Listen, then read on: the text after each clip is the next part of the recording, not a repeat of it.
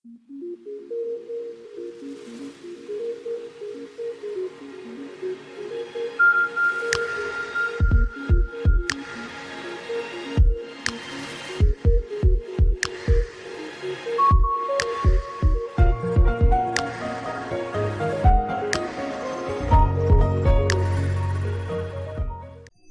students, so we are starting unit 1 of paper 2. Okay, same for unit 1 paper 2.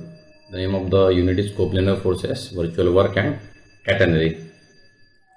This paper is more like physics. As you can refer the index of the paper 2, the all chapter are related. You will feel like related with the physics. So more we will use concept of the physics here. So basics जो 10 तक आप पढ़ते हो वो आपको आना चाहिए, ठीक है। 10th 11th 12th तक जो आप बेसिक्स पढ़ते हो फिजिक्स का, बस छोटी मोटी डेफिनेशन, जैसे वेलोसिटी क्या होता है, फोर्स क्या होता है, टेंशन का मतलब ये फोर्स होता है, एक्सेट्रा, ये बेसिक्स बातें हैं, छोटी मोटी बातें आनी चाहिए आपको। तो जो पहला यूनिट है उसमें coplanar forces, virtual work and catenary. Okay, these are the 3 topics we will see catenary first. Reason, you will get question number A and B from these 2 topic, coplanar forces and virtual work, and you will get question number C and D from the both question number C and D from the topic that is catenary, and therefore and it is easy calculation part and scoring है, इसीलिए हम ये पहले ले रहे हैं catenary, और जो coplanar force और virtual work पे हम बाद में लेंगे, वहां से आपको question number A and B मिलेगा। So what is the meaning of catenary? Let us see the definition first. Catenary means what? When a perfectly flexible string or chain, as you can see in this diagram. Okay, ये जो नीचे diagram दिए इसमें आप देख सकते हो। Okay, this is the diagram. In this diagram you can see that when a perfectly flexible string or chain hangs freely under the action of gravity between 2 fixed point not in the same vertical line, then the curve is in which it hangs is called as catenary. The basic simple meaning is, ये definition आपको पूछेंगे in case, पूछिए एक बार uniform catenary की, तो ये इसको catenary कहते हैं। बेसिकली ये जो कर्व है जो मैं यहाँ हाईलाइट कर रहा हूँ अभी, इस कर्व को हम क्या कहते हैं? कैटेनरी। इस कर्व, ये कर्व बनी कैसी है, दैट इज डिस्क्राइब्ड हियर। ये कर्व में ये जो पॉइंट है, ये वाला पॉइंट और ये वाला पॉइंट, ये 2 पॉइंट के बीच हमने क्या किया, एक मान के चलिए एक रॉड को, एक बार को, ये और ये पॉइंट के बीच हमने ऐसे एक स्ट्रिंग हैंग की है ना, फ्रीली हैंग, मतलब ऐसा एक पॉइंट लिया और दूसरा उनके बीच ऐसा हैंग करके छोड़ दिया। तो ये जो पाथ बन रहा है like a parabola, that path is called as catenary. Particularly catenary इसलिए कहते हैं क्योंकि ये एक स्ट्रिंग है जिसको हमने 2 पॉइंट के बीच लटका कर छोड़ दिया है, और ये जो 2 फिक्स पॉइंट है ये सेम हॉरिजॉन्टल वर्टिकल लाइन में नहीं चाहिए, मतलब ये सेम ऐसी वर्टिकल लाइन में नहीं आना चाहिए। तो ये कैटेनरी पाथ है, और ये चेन और स्ट्रिंग इसको हमने हैंग कर दिया, so this path is called as catenary. If the weight per unit length of the string और चेन इज कांस्टेंट, सपोज ये जो स्ट्रिंग है ये यूनिफॉर्म स्ट्रिंग है, इसका मतलब क्या होता है, जो स्ट्रिंग है इसकी थिकनेस, इसकी डेंसिटी आप बोल सकते हो थ्रू आउट द चेन, यहां से यहां तक पूरे चेन में सेम है, जिसको हम मैथमेटिकल एस्पेक्ट में कहते हैं कि वेट पर यूनिट लेंथ। मतलब वेट पर यूनिट लेंथ का मतलब हो गया कि थ्रू आउट ये जो चेन है एक जैसी है। एक जैसी होने का मतलब क्या हो गया कि कहां से थिक, कहां से पतली, कहीं से ज्यादा पतली है, ऐसा नहीं। थ्रू आउट जो चैन है वो पूरी एक जैसी है। यदि ये एक जैसी चैन है, मतलब वेट पर यूनिट लेंथ इसका सेम है पूरी चैन का, तो उसी कैटेनरी को हम क्या कहते हैं? Uniform catenary, also common catenary. So basically uniform catenary का डेफिनेशन एक बार आया है, तो आपको ये पूरा डेफिनेशन लिखना जो आपने ऊपर लिखा, उसके बाद ये भी लाइन मेंशन करनी है, तब जाके ये कवर करता है कॉमन कैटेनरी का डेफिनेशन। सिर्फ इतना नहीं, यहां से इतना नहीं लिखना, ये डेफिनेशन आता है कॉमन कैटेगरी का, आपको लिखना पूरा है। ऊपर जो आपने लिखा ना ये भी आपको पूरा लिखना है, और उसके बाद ये, तब जाके डेफिनेशन खत्म होता है यूनिफॉर्म कैटेगरी का। Let us see the first theorem, derive the intrinsic equation of common category. What is intrinsic equation, ये भी हम देखेंगे, और उसका डेरिवेशन क्या है ये भी। ये आया है विंटर 17 में, as you can see here, this was asked in winter 17। So let ACB be the common category. With the description आपको डायग्राम भी देखना है। Let we say ACB be the common category. जैसे आप देख रहे हैं यहाँ A, this point is C and this point is B। तो ये जो पाथ है ये हमने डिस्क्राइब किया है ACB से। It is arc path, okay, it is like a parabolic path ACB। Common category मतलब हमने यहाँ बोला है कॉमन कैटेगरी है, जैसा याद दिया है क्वेश्चन में, मतलब इसका wait per unit length constant हो गया, एक कोई तो भी एक वैल्यू रहेगा वो वेट पर यूनिट लेंथ।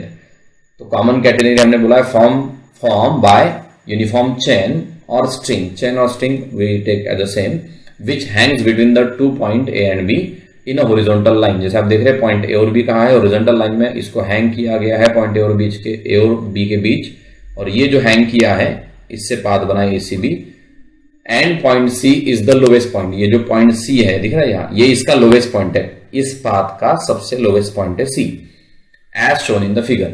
जैसे इस डायग्राम आप देख रहे हैं. And again rest of the thing we will see further in this theorem. Let P be the any other point on the curve such that length arc CP equal to S. ये point P मान के चलो, ये जो curve है ना, ये curve पूरी, इसमें हमने पॉइंट C और B के बीच का एक पॉइंट P लिया है. दिस पॉइंट इज P, जो मैं यहाँ हाईलाइट कर रहा हूँ ये पॉइंट P है, और आर्क CP हमने माना स्मॉल s है. आर्क CP का मतलब यहां से यहां तक की जो लेंथ है, ये जो मैं अभी हाईलाइट कर रहा हूँ आर्क, ये लेंथ आर्क लेंथ CP हमने माना कि S है.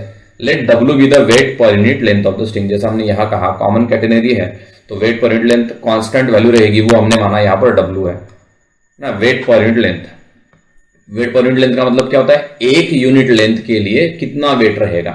सपोज वो 10 सेंटीमीटर की स्ट्रिंग है तो पूरे 10 सेंटीमीटर के आप 10 टुकड़े करेंगे, एक एक के 10, तो हर एक स्ट्रिंग हर एक पार्ट का वेट, हर 1 सेंटीमीटर पार्ट का वेट फिक्स रहेगा, और वो फिक्स क्या रहेगा, या जैसे मैं बता रहा हूँ W रहेगा. Okay, so that is the meaning कि weight per unit length constant है.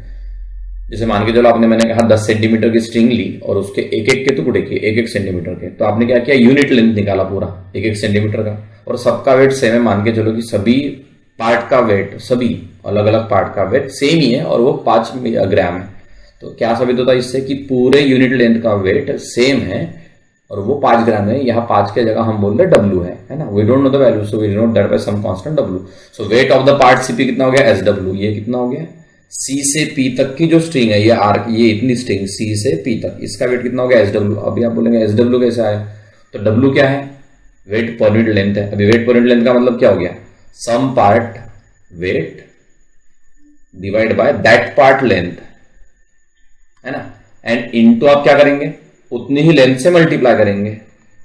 तो ये क्या हो गया, ये हो गया weight per unit length into उतने पार्ट के लेंथ. तो क्या मिलेगा, उतने पार्ट का वेट मिलेगा, उतने पार्ट का वेट मिलेगा.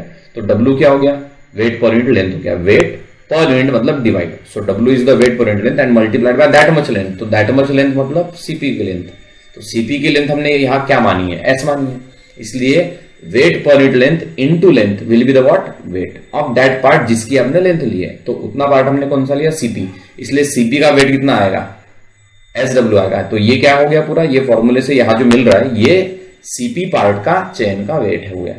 तो यूजिंग दैट फॉर्मूला आपको मिलेगा यहाँ weight of the part CP. This is not to mention in the exam, that's why I am erasing it. तो ये हो गया SW, that is the weight of the part CP. Then the weight SW will act vertically downward from the center of gravity of the part CP at point G. हमने माना कि जो ये वाला पार्ट है ना, ये CP, इसका ग्रेविटी सपोज ये पॉइंट है जो मैं यहाँ हाईलाइट कर रहा हूँ ना, ये पॉइंट है G. ये G पॉइंट क्या है, CP पार्ट का ग्रेविटी. फिजिक्स में आपको पता होगा कि पूरा वेट सेंटर ऑफ ग्रेविटी पे एक्ट होता है. तो हमने माना कि CP का, इतने पार्ट का, पूरे चेन का नहीं, CP का सेंटर ऑफ ग्रेविटी कहाँ है, पॉइंट G पर है. तो पॉइंट G से पूरा वेट वर्टिकली डाउनवर्ड एक्ट होगा, जो हमने माना कि वेट क्या था CP का, SW. तो SW वेट एक्ट हो रहा है पॉइंट G से, जैसा यहां मेंशन किया है, वर्टिकली डाउनवर्ड डायरेक्शन में. Draw vertical line through point C. अब इस डायग्राम में बाकी जो रेफरेंस आपको दिख रहा है वो ये है कि पॉइंट C से एक वर्टिकल लाइन निकाली है, जिसको हमने क्या बोला है, वाई एक्सिस बोला है. ऐसा आप देख सकते हो, पॉइंट C से हमने, ये पॉइंट C से एक लाइन निकाली, इसको हमने क्या बोला, वाई एक्सिस. फिर इस लाइन को एक परपेंडिकुलर लाइन ये निकाली जो मैं हाईलाइट कर रहा हूं यहाँ. और वो कैसे निकाली, पॉइंट C से पॉइंट O लिया हमने, ये पॉइंट C है, ये पॉइंट O है. पॉइंट C से पॉइंट O लिया, कितने डिस्टेंस पे, ये इतने डिस्टेंस पे, जिस डिस्टेंस को हमने ग्रे डॉट से इंडिकेट किया है और जो हमने बोला है स्मॉल c है. तो हमने दूसरी लाइन कैसे निकाली, पॉइंट C से पॉइंट O जो कि स्मॉल सी डिस्टेंस पर है और परपेंडिकुलर निकाला ऑब्वियसली इस पहले वाली लाइन को. तो जो पहली हॉरिजॉन्टल वर्टिकल लाइन है उसको हमने वाई एक्सिस बोला, और जो दूसरी हॉरिजॉन्टल लाइन है उसको हमने क्या कहा, एक्स एक्सिस कहा. दैट इज मेंशन हियर, है ना. This draw vertical line through point C, जो हमने ऐसी लाइन निकाली है, that is y axis. Say y axis and another perpendicular line to this vertical line. पहली जो हमने वर्टिकल लाइन निकाली उसको एक परपेंडिकुलर लाइन हमने निकाली, और वो परपेंडिकुलर लाइन कहां निकाली? पॉइंट O पर, at a distance small c, लिखा गया small c from point C। Point C जो था वहां से कितना डिस्टेंस लिया हमने? ये स्मॉल c पॉइंट O का, और वहां से जो परपेंडिकुलर लाइन निकाली है हॉरिजॉन्टल वर्टिकल लाइन को, वो हॉरिजॉन्टल लाइन को हमने क्या बोला? एक्स एक्सिस कहा है, say this as x axis, and that's why जो OC लेंथ है, रेफर करो आप डायग्राम को, जो लेंथ OC है वो क्या रहेगा? स्मॉल c रहेगा। ये c स्मॉल है और ये OC लेंथ हो गया OC पार्ट का। We consider rectangular system of axes from point O that is x y axes. मतलब पॉइंट O से हमने इस कैटेनरी की डायग्राम को पूरा करने के लिए पॉइंट O से y एक्सिस माना और x एक्सिस माना, और इसको हम कहते हैं rectangular system of axes. The portion CP of the string is in equilibrium. अब डायग्राम में रेफर कर सकते हैं, ये जो CP पार्ट है ना, CP part of the string is in equilibrium under the action of 3 forces. आप देखेंगे यहां पर ये जो पार्ट CP की हम बात कर रहे हैं, ये पार्ट CP इक्विलिब्रियम में, मतलब क्या कि ये जो कैटेनरी है ये एज इट इज है, ये नीचे कोलैप्स नहीं हो रही है, मूवमेंट नहीं हो रही है, तो ये पार्ट पूरा जो है ACB एज इट इज है, तो उसका जो जनरल आर्क लेंथ हमने S माना CP, उसकी हम बात कर रहे हैं कि वो इक्विलिब्रियम में है, तो वो इक्विलिब्रियम में क्यों है? तो फिजिक्स के हिसाब से, फोर्सेस के हिसाब से आप देखेंगे उसके जो कारण है, रीजंस है, वो ये है क्योंकि वो इक्विलिब्रियम में under the action of 3 forces. 3 force part CP पे एक्ट हो रहे हैं। कौन सा? Tension T0 acting at point C horizontally, सबसे लोवेस्ट पॉइंट C पर। आप देख रहे हैं इस डायग्राम में ये पॉइंट पर जो टेंशन एक्ट हो रहा है इस डायरेक्शन में हमने दिखाया, T0 हमने माना है। टेंशन मतलब क्या है? जैसे कि ये स्ट्रिंग हैंग है तो उसके हर पार्ट पर, है ना, आप थोड़ा प्रैक्टिकली समझिए, कोई भी स्ट्रिंग आप लेंगे उसको ऐसा हैंग करेंगे तो उसके हर पॉइंट पर, यहां लो यहां लो यहां लो, कहीं पे भी लो, हर पॉइंट पे एक टेंशन एक्ट होता है। जैसे आपने 12th में पढ़ा होगा, एंग्स मॉडुलस आपने कैलकुलेट किया, उसमें आप वेट एक्ट करते, वेट हैंग करते हो स्ट्रिंग के नीचे, तो एज अ स्ट्रिंग का भी खुद का वेट होता है, तो वो वेट के कारण हर पॉइंट कोई ना कोई फोर्स महसूस करता है। उस फोर्स को हमने यहाँ टेंशन बोला है, जो हमने पॉइंट C का टेंशन डिनोट किया T0 से। वैसे भी ये स्टैंडर्ड डायग्राम है, इस पूरे कैटेनरी टॉपिक में यही पूरी डायग्राम रिपीट होने वाली है, तो बाय द प्रैक्टिस आपको ये पता चल जाता है आगे भी कि क्या T0 है, क्या T है, क्या S है, एक्सेट्रा। तो ये T0 कहाँ का टेंशन है? पॉइंट C का। पॉइंट C का हमने टेंशन क्या लिया? T0 लिया, as mention here. Tension T0 acting at point C horizontally, उसके बाद tension T acting at point P tangentially. हमने माना जनरल कि इस पॉइंट का जो टेंशन है ना, इस पॉइंट पे भी टेंशन रहेगा, वो क्या लिया? T लिया। और तीसरा पॉइंट CP पार्ट के लिए वेट SW। वेट SW कहाँ एक्ट हो रहा है? पार्ट CP का vertically downward at G, point G से, जैसा कि सेंटर ऑफ ग्रेविटी से हमने बोला CP का सेंटर ऑफ ग्रेविटी G है, तो G से वर्टिकली डाउनवर्ड क्या एक्ट हो रहा है? वेट SW एक्ट हो रहा है। तो पार्ट CP के लिए ये 3 फोर्सेस है। T0 टेंशन है, मतलब it is a kind of force. T tension है पॉइंट P का, टेंजेंशियली एक्ट हो रहा है, वो भी एक फोर्स है। और SW जो वर्टिकली डाउनवर्ड एक्ट हो रहा है G से, वो भी पार्ट CP का एक फोर्स है। तो ये 3 फोर्सेस एक्ट हो रहे हैं पार्ट CP पर। Let psi be the angle of the tangent at point P with x axis. Psi क्या है? ये डायग्राम में आप रेफर करो, ये साई एंगल है कहाँ का? जो टेंजेंट ड्रॉ की पॉइंट P पर, ये वाली टेंजेंट, इसका एंगल बन रहा है x के साथ साई। डायग्राम आप बराबर रेफर करते जाइए केयरफुली, तो आपको ये सब क्लियर होगा। जब आप पढ़ते हो रिपीट करेंगे तो नोट्स के साथ दोबारा वीडियो देखना है। नोट्स आप पहले लिख लेना है, एक बार वीडियो आपने देखा, नोट्स लिख लिया, फिर दोबारा आप नोट्स सामने रखिए आपके, और ऐसे सामने नोट्स रखिए और दोबारा नोट्स रख के वीडियो देखिए, तो आपको क्लियर हो जाएगा। तो साई क्या है बेटा? Angle of the tangent at point P with x axis. We resolve tension T at point P into x and y component. Physics का एक जनरल कंसेप्ट है, हम कोई भी फोर्स को यदि 2 डायमेंशन में है तो XY कंपोनेंट में रिजॉल्व कर सकते हैं, है ना, और 3 डायमेंशन में तो XYZ कंपोनेंट में। हम यह मान रहे हैं जैसा कैटेनरी जो होता है, कैटेनरी एक 2 डायमेंशन फिगर है, तो उसके 2 कंपोनेंट हम मान रहे हैं T के। T क्या है? फोर्स है जो पॉइंट P पर एक्ट हो रहा है। तो पॉइंट P पर जो फोर्स एक्ट हो रहा है ये T है, टेंजेंशियल हमने बोला। इसके 2 कंपोनेंट, यदि ये एंगल साई है, जैसा डायग्राम में हमने मेंशन किया, ये एंगल साई है और ये लेंथ T है मान के चलो, तो by geometry of the figure यदि ये एंगल 90 डिग्री का है जैसा आपको यहाँ दिख रहा है, तो आप यहाँ साइन साई कॉस साई का डेफिनेशन लगाएंगे, तो इसका x कंपोनेंट आपको क्या मिलेगा? T cos Sai, T cos Sai, और इस फोर्स का y कंपोनेंट क्या मिलेगा? T sin साई, जैसा यहाँ मेंशन किया है। इक्विलिब्रियम कंडीशन में इसके 2 कंपोनेंट हमने लिए, T cos साई और T sin साई, किसके? T के। और ये T0 एक्ट हो रहा है पॉइंट C पर, और ये SW एक्ट हो रहा है सेंटर ऑफ ग्रेविटी G से डाउनवर्ड डायरेक्शन में। अभी इक्विलिब्रियम कब मेंटेन होगा? जब हर एक फोर्स बैलेंस हो जाएगा। अभी हर एक फोर्स बैलेंस कैसे हो रहा है? T cos psi बैलेंस हो रहा है T0 से, और T sin psi बैलेंस हो रहा है SW से। That is the basic of physics की इक्विलिब्रियम मेंटेन है, मतलब सभी फोर्सेस न्यूट्रल है, बैलेंस है। अभी बैलेंस कैसा हो रहा है? T0 बैलेंस कर रहा है T cos psi को, डायग्राम में आप देख रहे हैं T cos psi बैलेंस हो रहा है T0 से, और T sin psi बैलेंस हो रहा है SW से। तो SW क्या हो गया? T sin psi। अभी इस इक्वेशन को आप डिवाइड करेंगे, हमने पहले ये न्यूमरेटर लिखा है SW, ये न्यूमरेटर, तो इसका न्यूमरेटर T sin psi, और T0 ये डिनोमिनेटर, तो इसका डिनोमिनेटर T cos psi। यहां से क्या मिला? SW upon T0 equal to TT divide sin psi by cos psi क्या हो गया? tan psi हो गया। Let T0 equal to WC। अब ये एक हमने माना है कि कोई तो भी W क्या है? वेट पर यूनिट लेंथ है। W क्या है? Wait per unit length. और C क्या है? एक कोई तो भी जो स्ट्रिंग है ना, स्ट्रिंग का C पार्ट का वेट हो जाएगा WC। जैसे SW क्या था?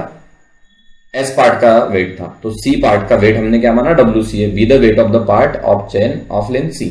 तो T0 के जगह हम क्या मान रहे हैं? WC। आपने T0 के जगह WC रखा तो W डिवाइड हो गया, S बाय C बचा, तो C उधर ट्रांसफर होकर क्या बचा? S equal to C tan psi। और इसी को हम कहते हैं इंट्रिंसिक इक्वेशन ऑफ कैटेनरी। ठीक है, और ये बहुत इंपॉर्टेंट इक्वेशन है। आप रेगुलर प्रैक्टिस कीजिए। ये जो डायग्राम मैंने यहाँ बताई है, ये पहली बार आपने डायग्राम बनाई, ये कैटेनरी की यहाँ पर, ये पूरे इस टॉपिक में कैटेनरी में सेम रहने वाली है। तो यही डायग्राम आप बराबर रिपीट करो, रिवाइज करो, तो आपको अच्छे समझ में आ जाएगा। और यही डायग्राम बार बार यूज होने वाली है। तो जैसा मैंने कहा कि ये अच्छे से समझ लीजिए, नोट सामने रख के दोबारा पढ़िए। नोट सामने रख के दोबारा पढ़ेंगे तो आपको प्रॉब्लम नहीं होगा, है ना। फिर भी कुछ डाउट जाता है तो आप मुझे पूछ सकते हैं। ठीक है, तो ये हमारा प्रूफ है इंट्रिंसिक इक्वेशन का। चलो, थैंक यू।